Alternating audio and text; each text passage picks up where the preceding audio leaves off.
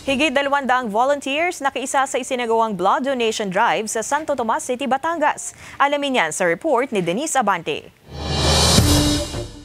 Minsan ang nangailangan ng dugo ang 53 anyos na si Lodimir para sa kanyang asawang may sakit na leukemia.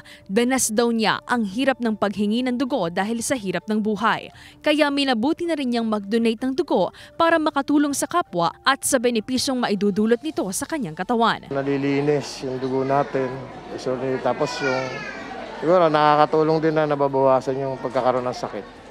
Sa Mayging nga, may Red Cross tayo, minsan nakakatulong sa atin. Nasa 200 blood donors ang nakiisa sa isinagawang blood donation drive ng Philippine Red Cross katuwang ang Batangas Medical Center at City of Santo Tomas, LGU.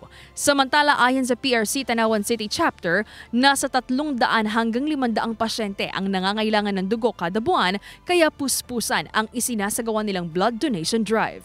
Para meron po tayong adequate supply ng blood, lalo na po dito sa ating province, sa Batangas Province, para accommodate natin lahat ng patients natin. Sa tala ng PRC Batangas, sapat pa ang mga dugo sa blood bank, ngunit nais nila na tuloy-tuloy ang blood donation drive para mabigyan lahat ng mga taong mangangailangan nito. Kasi mahirap po na mataas ang demand ng blood and then mababa po ang supply natin.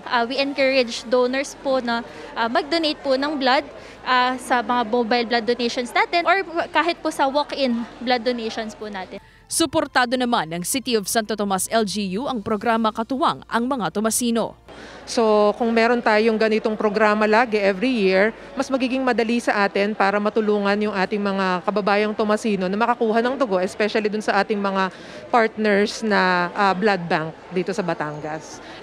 Very helpful po. Talagang napaganda yun ang nagdo-donate po. Kasi diyan ko nalalaman yung health ko, na may maintain ko siya, na ito pala ang bawal, hindi pwede yung more than na inom ng inom. Para makatulong ako sa nangangailangan ng dugo, yun ang aking purpose doon. Unang-una ay nakakaganda daw po yung nakakapaglinis ng dugo namin.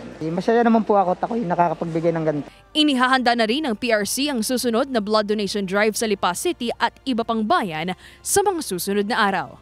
Kasama si Kel Ravaca, Denise Abante, Balitang Southern Tagalog.